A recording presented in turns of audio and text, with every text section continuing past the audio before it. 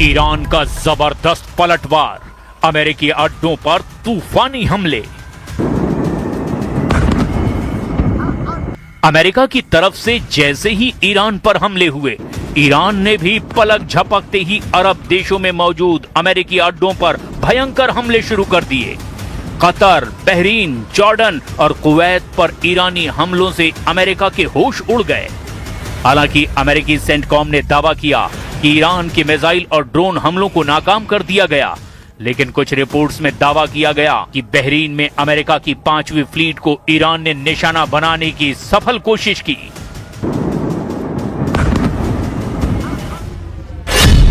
Iran का जबरदस्त पलटवार, अमेरिकी अड्डों पर तूफानी हमले।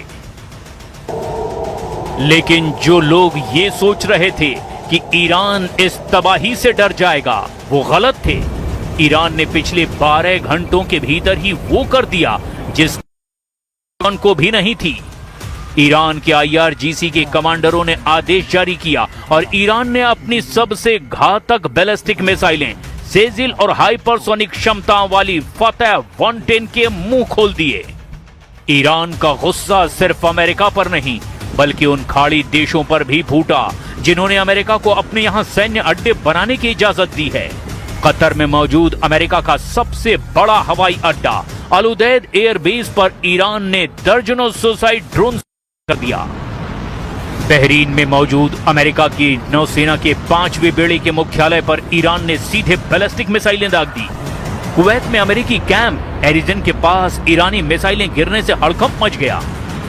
खुफिया रिपोर्ट्स के मुताबिक ईरान के इस पलटवार में अमेरिका के पैट्रियट एयर डिफेंस सिस्टम पूरी तरह फेल साबित हुए, क्योंकि ईरान ने एक साथ सर्मिंग तकनीक का इस्तेमाल किया। मतलब एक साथ सैकड़ों ड्रोन और मिसाइलें दागने वाली तकनीक का इस्तेमाल हुआ।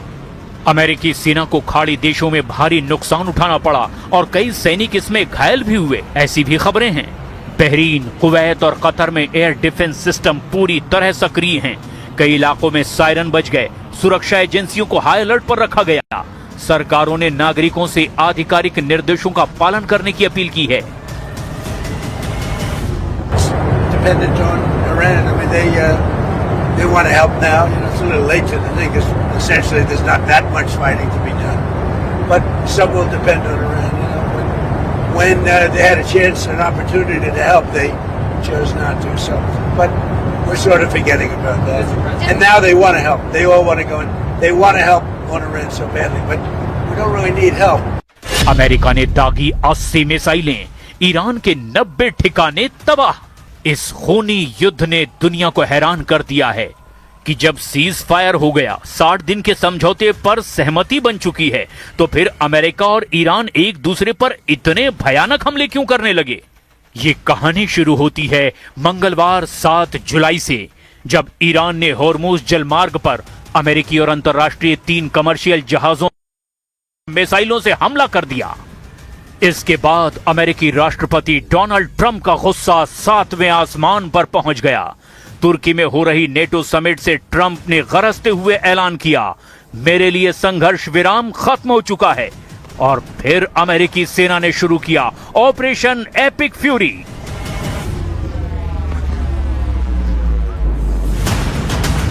पिछले 45 घंटों के ताजे आंकड़े भी अब आप जान लीजिए। अमेरिकी नौसेना के डिस्ट्रॉयर और पनडुब्बियों ने अरब सागर से एक के बाद एक 80 से ज्यादा टॉमहॉक क्रूज मिसाइलें दागी है। 8 और 9 जुलाई की दरमियानी रात अमेरिका के B-1B लैंसर और B-52 बम वर्षक विमानों ने ईरान के हवाई क्षेत्र के पास पहुंचकर AGM-158 JASSM स्टील्थ क्रूज मिसाइलों से हमला किया। अमेरिका स्थित ASW संस्था ने अमेरिकी सेना के इस नए चरण के हमलों में हैरान करने वाली जानकारियां दी। जरा देखिए, अमेरिका ने किन लड़ाकू जेट और बम वर्षकों से ईरान पर हमले किए हैं। B-1B लैंसर और B-52 स्ट्रेटोफोर्ट्रेस। अमेरिकी सेना ने अपने भारी और लंबी दूरी के अमेरिकी बम वर्षक विमानों B-1B लैंसर और B-52 स्ट्रेटोफोर्ट्रेस से ईरान में तबाही मचा दी है।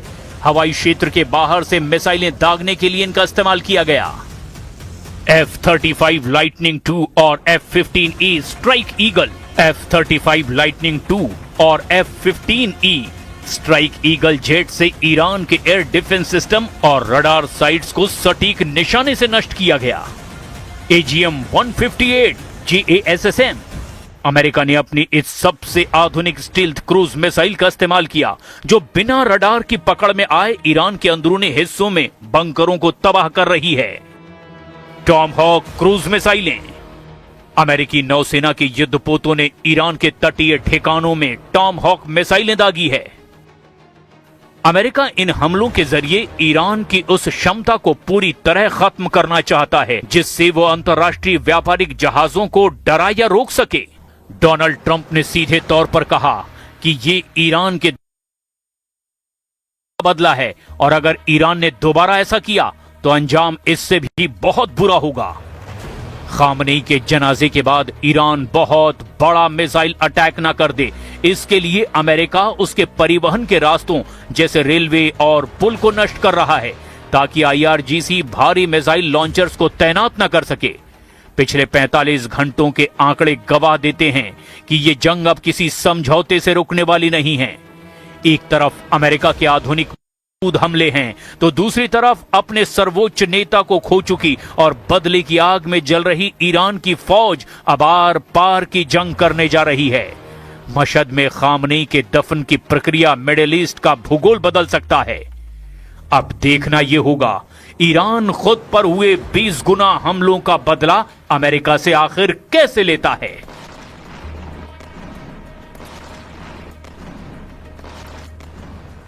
तो ईरान पर हमले तो हो रहे हैं, सबूत आपके सामने है, लेकिन पल पल स्टैंड बदलने के लिए मशहूर ट्रंप फिर पलटते दिखे। उन्होंने खुद तो कुछ नहीं कहा, लेकिन एक अमेरिकी अधिकारी ने यह दावा किया है कि अमेरिका ने कई घंटों से ईरान पर अटैक नहीं किया।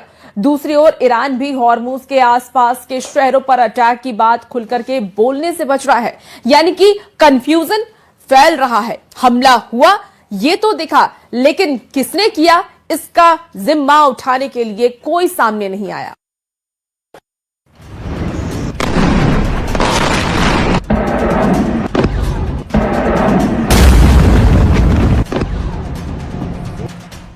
ईरान चल रहा है और हॉर्मुज के आसपास के ईरान के शहरों पर बम गिर रहे हैं। 14 लोगों की मौत और 70 से ज्यादा लोगों के घायल होने की खबर है। हालत ये थी कि एक और मशहद में आयतुल्लाह खामनेई को सुपुर्द खाक किया जा रहा था, तो दूसरी ओर ईरान के बूशहर, चाबहार, बंदर अब्बास और अहवाज में हमले हो रहे थे।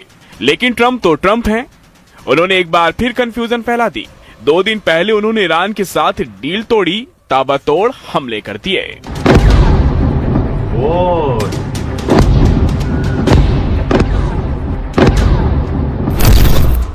इसके कुछ ही घंटे बाद एक अमेरिकी अधिकारी ने अल जजीरा से कहा कि पिछले कुछ घंटों में ईरान पर कोई अमेरिकी हमला नहीं किया गया है।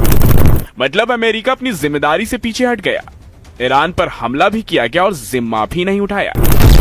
इतना ही नहीं है कि अमेरिकी अधिकारी के मुताबिक अमेरिका और ईरान के बीच तनाव कम करने के लिए पर्दे के पीछे कूटनीतिक कोशिशें चल रही हैं और इसलिए अमेरिका जानबूझकर हमले कर रहा है और फिर रुक रहा है ताकि तनाव ना बढ़े और कूटनीति काम कर सके।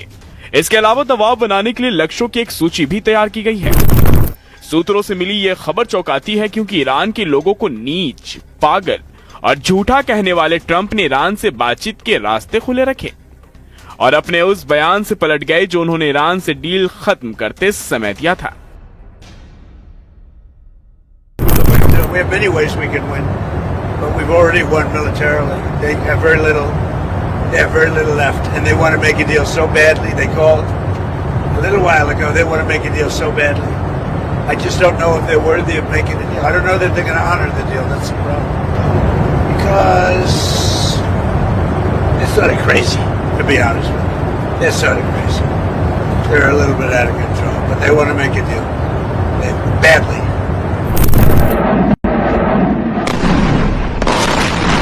खैर, ट्रंप ने जो कंफ्यूजन फैलाई वो दुनिया ने देखा, लेकिन इसी बीच ईरान ने भी बंदर अब्बास, केशम, सीरिक और जास्क में विस्फोट की खबरों को खारिज कर दिया, जबकि तस्वीरें गवाह हैं कि हमले हुए, धमाका हुआ और तबाही भी हुई।